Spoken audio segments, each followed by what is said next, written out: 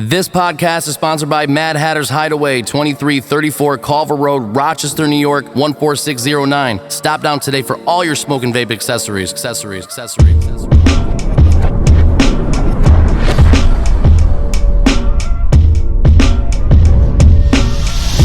lit, stay informed. Welcome to the Urbanquest Podcast. Introducing your Urbanquest team, Yuli V, John Z, Logan P, and Justin C. They're bringing you what's burning in cannabis entertainment, events, vendors, cultivation, and culture. So grab your fucking bong.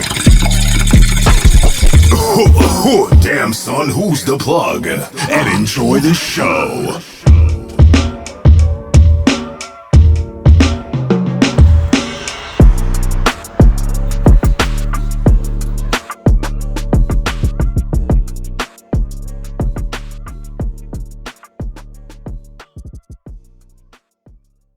Welcome back, Goonies, to another episode of Urbanquest. Thank you for joining us. Today we have an absolute legend. Please welcome Rick Campanella, aka Mr. Soul. Yes. Hi, good morning, everybody. Mr. Soul from Brothers Grimm Seeds. I founded the company back in 1997 and since then have restarted the company in Colorado in the last 5 or 6 years it's been. Cinderella 99 is still, at 21 or 22 years, whatever, was released in 1999. Originally, it's still considered, in most of the connoisseurs' notebooks in the top 5 strains of all time. And so that's my favorite flavor. It gives me a sense of immense pride. Hell yeah. For that. And, we've released several new strains since then that have risen to acclaim as well. We hit the top 10 in 2018 with Rosetta Stone, which is a Jack Herer C99 hybrid that improves on the Jack Herer by making it a heavier yielder and a shorter flowering time and more consistent. Like you get a pack of seeds that are the females will be of very few phenotypes. They just lock on to what we were shooting for. So it's a more reliable, bigger yielding Jack Herer, with basically all the same flavor and high. It's got that euphoric high and the sublime flavor and aroma. It smells like, I always describe it as like a really classy men's cologne. Like if you've ever been at a party and a dude walks by you who's like dressed sharp and he's wearing his best cologne, it's like, whoa, man, that's a badass smelling cologne. It's got like a musky sandalwood and all that other good shit going on. Usually it's like this big black guy who comes through there and it's like, I'm showing you guys exactly how to do this, and if you don't pick it up, then that's your problem, but I'm laying it down, so pick it up. And so I love Jack Herer for those reasons. And I've always wanted to emulate that and make it something that was a little more consistent and reliable. And so that's what Rosetta Stone is. You got me drooling over here. Right? Yeah, you got me drooling. But we cannot forget or highlight the fact that, you created, Cindy 99. I mean, that's world renowned. It's one of my favorite strands. Like anytime we can get it, I get that shit and I smoke the fuck out of it. Before a show, after a show, like it's kind of like my I do things on this weed.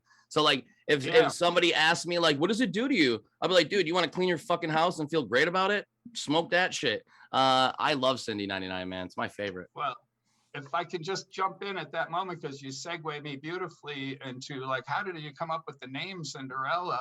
And, the fact that it's a very motivating high that makes you feel like doing something. Wow, that's wild. What was Cinderella all about, right? She was like the maid for the rest of the family, the evil stepmother and the stepsisters and stuff. So she's running around mopping and sweeping and cleaning windows and right. So Cinderella 99. It was also released in 1999, so that's where the 99 comes from. And if you think about the root of the word, like I'm big into like the origins of words and language and so on. And cinder is an ash, right? The ashes, right, in a fireplace, right? Cinderella. And so when you smoke weed, what does it turn into? Cinders, right? And so there's that element of it. And also that we're smoking the female of the plant. And so Ella is a female suffix on the name, right? So Cinderella 99. So basically you're a fucking genius. Yeah, you didn't The just world embraced it just very breed quickly something. You with thought that the name. whole And thing of through. course, you gotta have the results to back it up too. And people will say, growing it today, like, there's nothing outdated about this strain. It may have been created 20 years ago, but it's as good as the wedding cakes and all the Girl Scout cookies and all the weird shit that, these new names and stuff that actually I do get pressure from people to say, why don't you come up with some new stuff? Why don't you work with like the hype strains and all?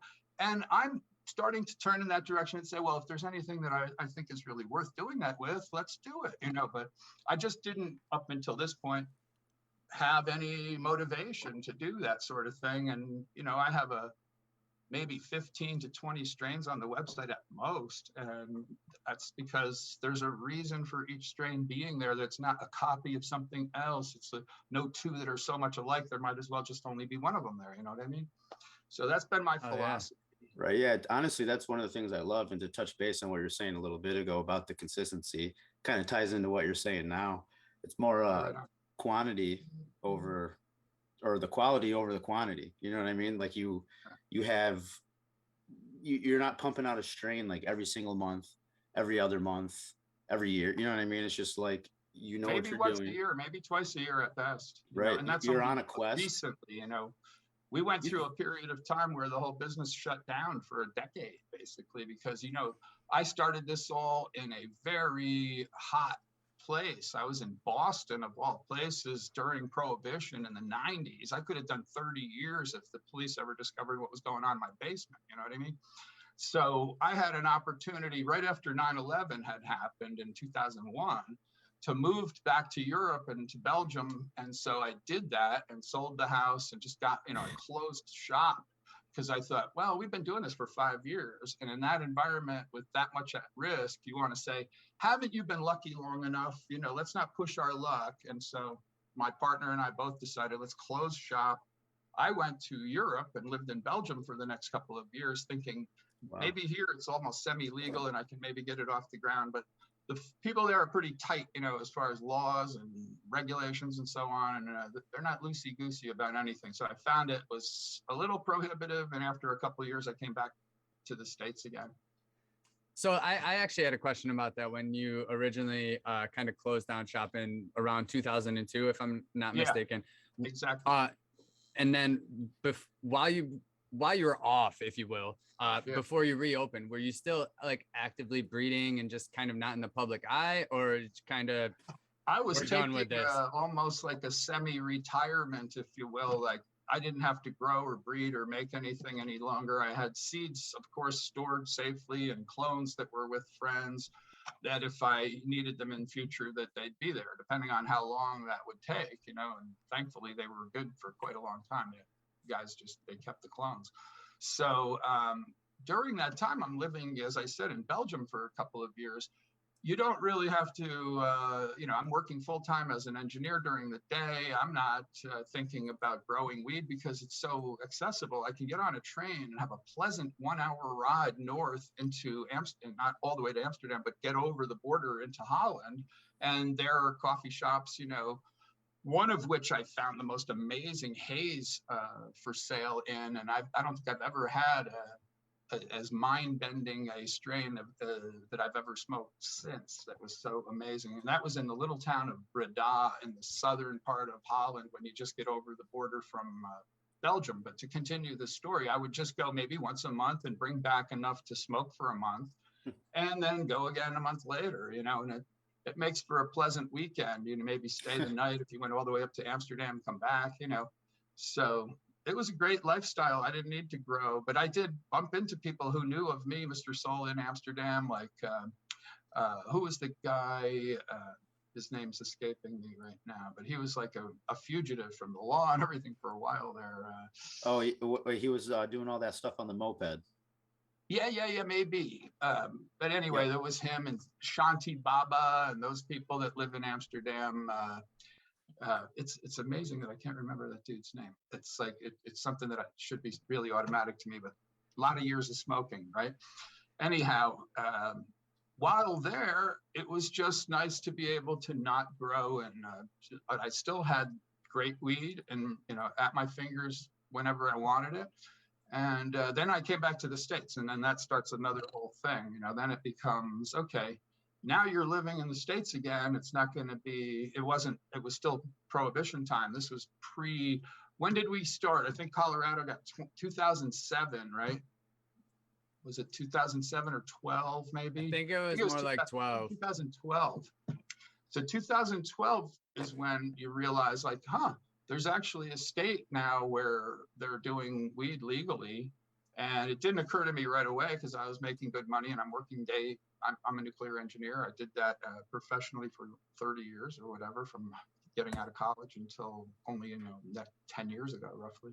So I had no motivation to say, hey, let me quit my job and go run off to Colorado and restart Brothers Grimm.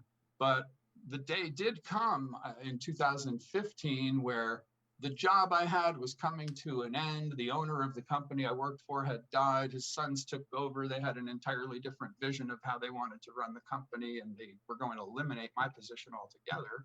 So I said, what do I do now? And didn't occur to me overnight, but over the course of a couple of weeks or a month, I think it came to me that, like, hey, I could go out to Colorado and restart Brothers Grimm. And that's probably the best thing I can do in my career at this time. I was in my late 50s. And so I'm saying, okay, let me take a shot at that. I came out here, I found people who would help and wanted to get involved and work together with me. And, like all relationships in the cannabis business, they are meant to be for the time that they're meant to be, and then they change. And so it's a shifting sand. There's an old philosophical question that you can never really measure a sand dune, because by the time you've measured one or two dimensions, the third one they've already changed by the time you go to the third one, because this is constantly moving, hard to hit a moving object, But anyway, not to belabor that point, I am where I am right now. And it's just to say that in this business, you do hear of a lot of turnover of people and places and how you're doing things. And we've kind of stabilized to a nice place where I'm very happy with what I'm doing now. I have a farm and I, live on the farm, and my daily routine involves farm chores. And at my age, I don't have to go to a gym. I can just go out and do what's necessary to keep this farm going, keep the animals alive and the plants alive and so on. And I think that that's what we were kind of evolved to do anyway, right? I mean, how many thousands of years ago were we cave people, right? And for how long were we cave people versus this modern world that we live in, which is, a blink of an eye in evolutionary time scale. So it's crazy. I think our bodies respond really well to having a natural, like, your daily routine is your exercise. And so I try to live that way and try to eat well too. I'm not vegan or anything, but if I had a chef who'd follow me all around wherever I went, I would be vegan tomorrow. Yeah. And hey, I think his name was Klaus Bruinsma. Sounds familiar. Why are you making that up, or is it... No, I just looked it up while we were talking. I mean, I might have ruined the last name. It's Klaus Bruinsma. No, I don't think that's the guy I'm thinking of. No. No, the it most was wanted Gypsy. Okay, Gypsy. The name Gypsy's in the name. Gypsy Nirvana. Gypsy Nirvana. Thank you. All right. That's so embarrassing because, I mean, we hung out for a weekend. He drove me around in his car with his kids and his wife, and we visited different places and ate together at a Tibetan restaurant in Amsterdam. And okay, yes. Oh, wow. I mean, pseudonyms, though, it's so hard to keep up with pseudonyms and real names. I'm sure you weren't calling him Gypsy the whole time you were eating dinner with him. Like, hey, man, I think some of us hope that people will forget our names later. You know what I'm saying? Anyway, we all have a pretty our short-term memories are challenged, and I'll have to admit. Yeah, but do you know what? Like you were kind of saying there, like that we are meant to kind of live off the earth and tend to our animals and our land and stuff like that. I also think while cannabis does have a tendency to maybe bring down that memory a little bit, it also has a tendency to bring people to that light and that realization that that is how we're supposed to be living. And once people find cannabis, I don't think there's anything antithetical about cannabis culture or use that goes against that more natural way. If anything, I think it encourages it. It's saying, like, I rarely, as myself, I can say personally, never really get sick. And I mean, I've been smoking marijuana since I was 14 years old, with some breaks, for college and different things, and my first marriage and having kids and things like that. But I'd like to think that it's not just my genetics, that my constantly having a little bit of weed in my system is like a, what do they call it? Placebo, not placebo, but a prophylactic against disease or getting sick. I almost never get a cold. I've never had the flu. I've never taken a flu shot. I mean, smoking marijuana just seems to be like a good for what ails you substance that I discovered very early in life, that I've just always felt like, that's a good thing. It never seems to hurt me. It's always something that kind of, it's almost a touchstone of, if, when you meet new friends at work or something, everybody's straight, and until you start to get to know each other and then maybe go outside, you want to do a joint with me or something, like, then you're friends. You know what I mean? That's a bonding experience. It really is, especially in workplaces. Everybody's shaking their heads because, we all like, oh yeah, man, you're quite right. I mean, that's really how the four of us know each other. Yeah, that's how we met. When cannabis became legal, that's how we met each other. Like I never knew any of these guys before April. I mean, John and I go way back. At one of my events, and I met Justin and John from just the Traveling Trees, I think it was. Logan's got it. That's it's so a common thread for all of us that we can think of so many friends that we've met because we said, hey, you want to step outside and do a doobie or something, or you realized that both of you liked smoking weed. Yeah, That's funny. You say you want to step outside. Also, I was on the subject that more like a medical thing, like for your health, that it seem like whatever's bothering you physically in general, if you get high, you have a couple of hits off a joint or something, it kind of like seeks out that thing and dismisses it or dissolves it. And it can be widely varying things from a headache to an achy knee. You know what I mean? It's whatever's bothering you, it tends to always make it better. And what a great substance to have on the planet. And I akin it to maybe like coffee, like this is a bean that grows on a plant. We brew it and turn it into coffee, and it's a drug, sure, but it's a mild drug and it's a life enhancing drug. It's not a performance enhancing drug. I mean, all these people who in the Olympics get in trouble or whatever for having marijuana in their system, I think they're changing the rules soon because they're all saying, well, wait a minute now, if this Olympic runner is beating all the other runners and she smokes a little bit of weed on, if anything, that would make it harder for her. She's that much better, if anything, right? But they're taking away trophies and medals and things like that for cannabis, which I don't think that's going to last much longer. Absolutely wild. They actually even had somebody get kicked off of an Ink Master season because he was smoking. Really? A tattoo artist? A tattoo artist. Am I to understand? I mean, I've got a lot of tattoos, especially in the last year. I've been going. I call it Tattoos Day. Every Tattoos Day, I go get another addition to what I was building this sleeve first, and now this one's got a little bit of work left to go. But I always say when people there want to change my appointment time, or they're late, or that we run overtime, all those kinds of things, I say, well, what did you expect? This isn't a CPA's office or a lawyer's office. This is a tattoo parlor, for Christ's sake. Of course they're late. Of course they're smoking weed in the back room. This is the environment that tattoo artists live in. If they weren't that kind of guy, I don't think I'd want to get a tattoo there. Right. And it honestly, it helps boost creativity so much. And like, you see so many artists that just thrive when they're in the zone. It's insane. I play guitar. I never met another guitar player who didn't smoke weed. Right. I mean, I haven't met too many people that don't smoke weed, truthfully, other than the ones who. Without the weed.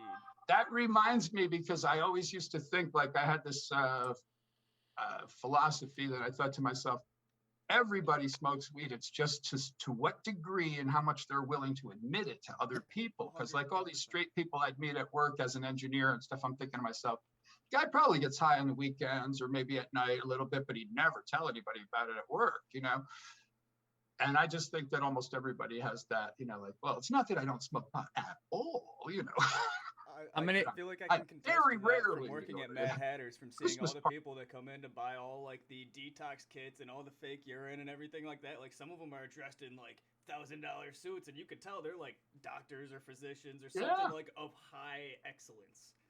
Yeah, and that's always been the same thing as the Olympics thing, where like, because cannabis can be found in your bloodstream or within your urine, I should say, for such a long time after smoking, it's just so unfair that the most mild of drugs is the one that lasts in your system the longest and is easiest to detect.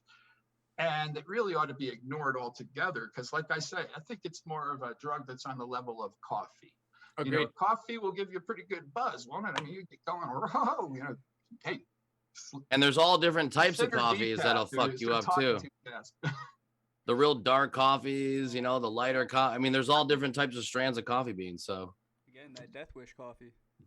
Yeah. Well, hopefully we're getting past that whole stigma of marijuana. I mean, I remember, because I was a teenager in the 70s. You guys weren't even around probably, but at that time, we're listening to like classic rock music, and disco is starting to happen. And shortly after that, we have punk and new wave and all that. I mean, the musical scene was just exploding all over the place. And like we were just talking about, the creativity and also the appreciation of listening to music when you're high is even accentuated and stuff. So I was really into it, and I didn't want to have that be a problem in dating and things like that, because you young guys probably don't even realize it, but chicks would be a little bit like, oh, he's a pot smoker, I don't know, like. And I actually had to keep that like, oh, better not reveal that too soon in a relationship, And I'll tell you what. Yeah, no, go ahead. So is that a blast from the past? Like, you guys don't even, that phenomenon is completely foreign to your minds, probably, right? Oh, no, not at all. Because when I was a kid, growing up, I mean, if you were a pothead, you were just a bad kid. You were a drug dealer. Yeah, you might not be able to date the prom queen. Exactly, because I was always going for them, but they didn't like me because I was the drug dealer. I was the kid that smoked pot or whatever. Like that's just, you're labeled. I don't know about today. Today, you're just probably cool if you smoke pot. I think that's what I'm trying to say, is like, it becomes so much more acceptable now that the kids these like days. It's completely reversed now, and girls are more so like, oh, you smoke pot? All right, cool. I'm coming over tonight. Yeah. Oh, you dab? You got a dab rig? Oh, your parents let you smoke weed in your house? Oh, I'm over there. No, because don't get me wrong. There were those girls too in my day. I just somehow blocked myself here just to come back to us, Rick. Well, you got a great pick, Rick. Yeah, what are you holding there, what was that? Pipe, right? I'm offering the pipe to you. But... I like that. It looked like pollen for a minute. Like you just had tons of pollen on it. That's a little glass pipe with some flower in it. So you can see the yellows in there. It should be lit. There should be some smoke coming up off of the bowl. Like, that would look cool. That would be cool. Hell yeah. So what else do you guys want to know? Yeah. Getting back on track. We, John and I just picked up Cindy 99, which we got running right now. It's beautiful. I can't wait to get the Rosetta Stone started now that you told me about that. We also got the Grimm glue. Recently picked up the Apollo 11 because of that Instagram post that I saw you had up there, which, by the way, people, if you don't follow Brothers Grimm on Instagram, follow them because they have awesome promos all the time. Well worth it. I mean, I bought the 1 pack of seeds, so reasonable too, for some of the best quality genetics you could ever have. I bought the 1 pack of seeds for $80, and it came with 13 seeds. Like that's wild. And you got a free pack, because I got a freebie of the week comes with every purchase of seeds on the website, not for a t-shirt. Obviously. Someone told me they just bought 4 seeds for $200.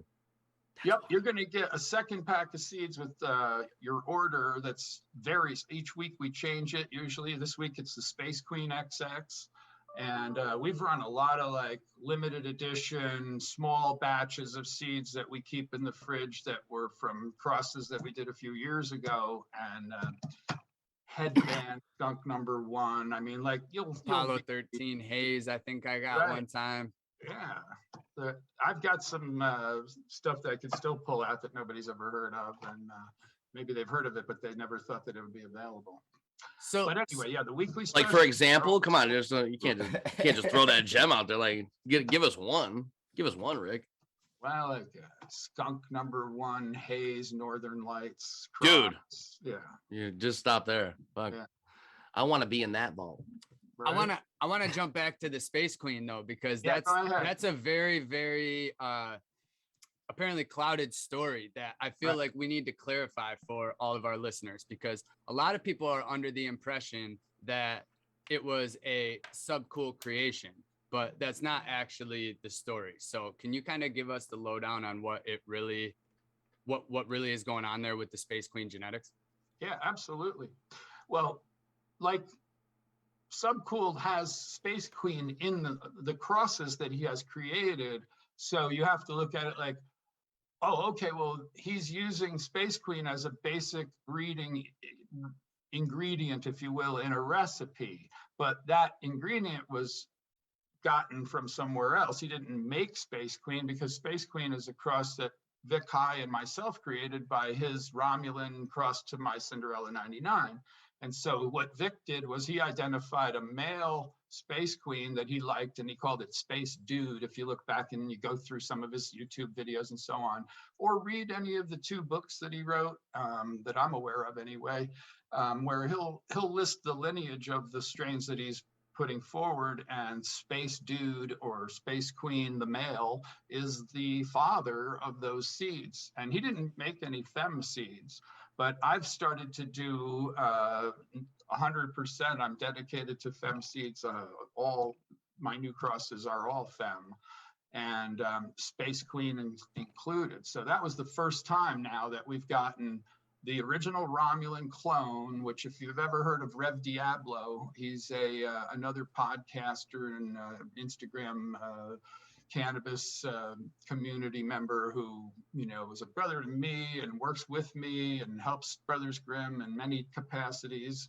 And he was the one who, back in, I think it was 2007, smuggled the Romulan clone back from British Columbia to where he lives on the East Coast. And then as we got to be closer and working together, he shared the clone with me with the intention, hey, why don't you take C99 and Romulan and recreate Space Queen? Because it's been, 20 years or something since anybody actually created a fresh seed of that. And so now I did do that, and it's in a fem form, and I have been going around the country for the last couple of years. Up until when COVID hit, I was doing seminars at the Canacons and different cannabis shows for how to do fem seeds correctly.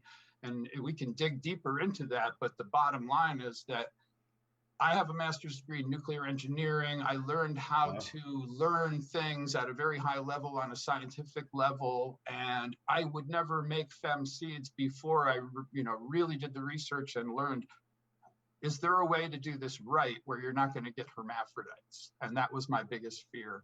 And so I figured that out. I know how to do it. I've gone around the country and given seminars so that other people learn how to do it right as well.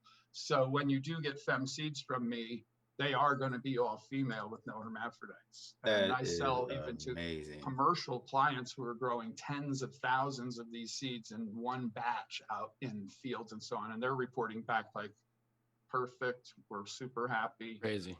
Not only is the quality of the weed, in the top tiers, the words they use for it, and the germination rate and the lack of intersex traits and so on is all like incomparable. So you can look me up on YouTube for one of those fem seminars and listen to that if you really want to dig deep into it. But honestly, this is why questions that occur to you right now, I can shoot them now. Yeah, we're gonna put a link to one of those seminars, or if there's multiple, a couple right in the show notes here, so that our viewers can hop right over to see those. Hey, it's TH Dabfather here. We hope you enjoyed part 1 of this episode. While you're here, let's take a quick second and talk about our weekly secret word contest. Every week we'll have a random word pop up somewhere on this screen. Here, maybe down here, maybe up here. If you see that word, comment that word in the comment section below. The first to do so will win a prize. Good luck. We hope to see you in part 2 of this episode when we get into the deep about breeding and cultivation with Mr. Soul of Brothers Grimm Seeds.